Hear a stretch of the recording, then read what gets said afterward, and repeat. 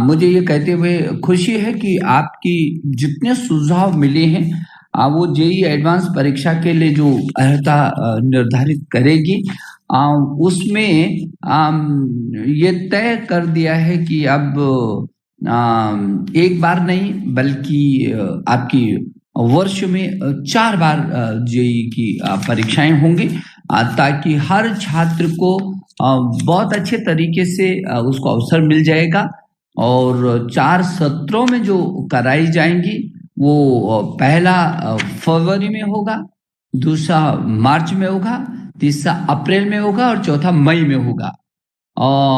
ये जो 4 सत्र में परीक्षा होगी एनटीए के द्वारा, राष्ट्रीय परीक्षा एजेंसी के द्वारा, वो परीक्षाएं आप अपनी सुविधा के अनुसार दे सकेंगे।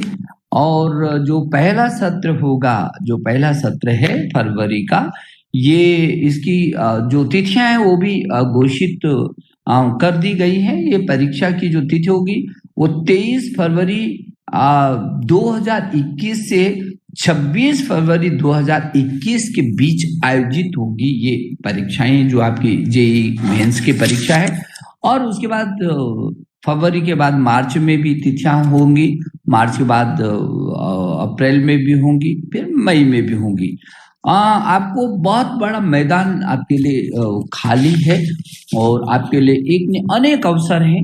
कितना लाभ आपको इन 4 सत्रों में जो विभिन्न पारियों में होंगे, वो विभिन्न पारियों में होने वाली 4 अलग-अलग सत्रों में, अलग-अलग तिथियों में, अलग-अलग महीनों में जो परीक्षाएं होंगी, उससे आपको एक तो आपको अंक सुधारने का बहुत अच्छा अवसर मिलेगा और अपना सर्वश्रेष्ठ कैसे अंक आप अर्जित कर सकते हैं, ये बहुत अच्छा अवसर आपको मिलने वाला है। पहले प्रयास में यदि अभ्यर्थियों को परीक्षा देने का अनुभव प्राप्त होता है तो उन्हें अपनी गलतियों का भी आपको पता चलेगा और जिससे जब दूसरा प्रयास आप करेंगे तो उसमें बहुत सारी गलतियां दूर हो जाएंगी और आपका आत्मविश्वास भी बढ़ेगा और आपका जो समय है वो बर्बाद नहीं होगा। पूरा वर्ष जो बर्बाद होता है कई बार, वो बर्बाद होने से रुक जाएगा। यदि किसी कारणवश परीक्षा में कभी आप जैसे सम्मिलित नहीं हो सके तो कम से कम दूसरे सत्र की परीक्षा के लिए आप तैयारी कर सकते हैं। आपको एक अवसर में यदि चूक हो गई तो दूसरे में चूक हो गई तो तीसरे में चूक हो गई तो चौथा। तो आपके लिए मैं सोचता हूं कि इतनी सुविधाएं प्रदान की जा रही हैं कि आपके मन में कहीं कोई कसक नहीं रह जाएगी। यदि किसी कारणवश किसी अभ्यर्थी की बोर्ड की परीक्षा 1 महीने में होती है जिसमें के बाद जेईई में नहीं बैठ सकता तो उसको भी नुकसान नहीं होगा। वो दूसरे, यदि उस महीने में उसकी परीक्षा है तो कोई जरूरत नहीं, वो दूसरे महीने में कर लेगा, तीसरे महीने में कर लेगा। यदि किसी अभ्यर्थी के मन में कभी कोरोना का भय होता है और वो अनिश्चितता की स्थिति से गुजरता है और कई बार जो वर्तमान में परिस्थितियां चल रही है, यदि भविष्य में भी ऐसा होता है तो अलग अलग स्थानों पर कुछ प्रदेश ज्यादा, कुछ क्षेत्र, कुछ प्रदेश ज्यादा चपेट में आ जाते हैं तो उनको भी उस समय में उनको मुक्ति मिल सकती है। जो दूसरा उनके अनुरूप समय आएगा उसमें वो बहुत अच्छे तरीके से कर सकते हैं। और उम्मीदवारों के लिए अनिवार्य रूप से परीक्षा में उपस्थित होने की आवश्यकता नहीं है कि हर परीक्षा में उसको उपस्थित होना है। यदि एक अभ्यर्थी को एक से अधिक परीक्षाओं में उपस्थित होना है तो वो बेहतर अंक जिस 4 परीक्षाएं यदि दी हैं उसने, तो उन चारों में जो भी बेहतर तरीके से उसके अंक होंगे और वही उसको अंतिम परिणाम होगा। चारों में से वो सुनिश्चित हो जाएगा, जिसमें सर्वाधिक अंक उसके होंगे वही सम्मिलित होगा। एनटीए ने पाठ्यक्रम में संशोधन के संदर्भ में देश भर में विभिन्न बोर्डों के द्वारा लिए गए निर्णयों को भी ध्यान में रखा हुआ है और ये निश्चित किया है कि प्रश्न पत्र में 90 प्रश्न होंगे, क्योंकि आपके बहुत सारे मन में थे कि कभी सीबीएसई बोर्ड है, विभिन्न देश के विभिन्न प्रदेशों के अपने अपने बोर्ड भी होते हैं, उनकी परीक्षाएं भी अलग अलग समय में होती हैं तो कठिनाई का सामना भी करना पड़ सकता है।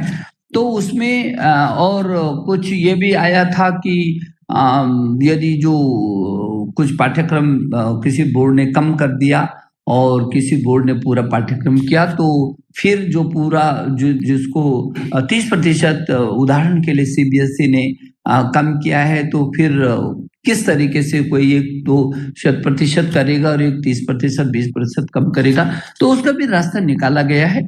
और इसलिए निश्चित किया गया है एनटीए के द्वारा कि 90 प्रश्न होंगे, जिसमें जो अभ्यर्थी को केवल 75 प्रश्न ही हल करने होंगे। तो उसमें ये भी और वो भी सभी कवर हो जाएंगे। इसमें 15 वैकल्पिक प्रश्नों में नकारात्मक नंबर भी नहीं दिए जाएंगे। जो 15 वैकल्पिक प्रश्न होंगे उसमें नकारात्मक नंबर भी नहीं दिए जाएंगे। उम्मीदवार के सर्वश्रेष्ठ एनटीए प्राप्तांक के आधार पर ही उम्मीदवार की मेरिट सूची और रैंकिंग बनाई जाएगी। तो ये बहुत अच्छा अवसर है। मैं शुभकामना देना चाहता हूँ आपको कि इस अच्छे अवसर का बहुत अच्छा आप लाभ उठाइए। और आपको जैसे कि मालूम है कि हमारे देश के प्रधानमंत्री जी की बहुत इच्छा है कि जो दूरस्थ क्षेत्र के छात्र भी इंजीनियर बन सके और अपनी मातृभाषा में आने वाले छात्र भी इंजीनियर बन सके। तो अभी पहले चरण में पहला कदम सशक्त तरीके से उठाने की कोशिश की है एनटीए ने, और मुझे कहते हुए खुशी है और गर्व भी महसूस होता है कि पहली बार देश के अंदर जो जेईई की जो मुख्य परीक्षा होगी वो पहली बार 13 भाषाओं में आयोजित हो रही है। वो अंग्रेजी में, असमिया में, बंगाली में, हिंदी में, गुजराती में, कन्नड़ में, मलयालम में, मराठी में, उड़िया में, पंजाबी में, तमिल में, तेलुगु में, उर्दू में, और ये जितनी ये भारतीय भाषाएं हैं, इन भारतीय भाषाओं में पहली बार ये जेईई की परीक्षा होगी।